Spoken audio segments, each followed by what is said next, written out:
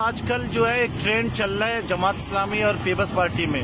दोनों कह रहे हैं कि दोनों कराची को ओन करते हैं, दोनों कहते हैं कराची हमारा है और हम गटर के दखने मजबूत बनाते हैं। पीपल्स पार्टी बोलते हैं हमारे दखने मजबूत हैं और जमात इस्लामी बोलता है हमारे मजबूत हैं, हमारे दखने।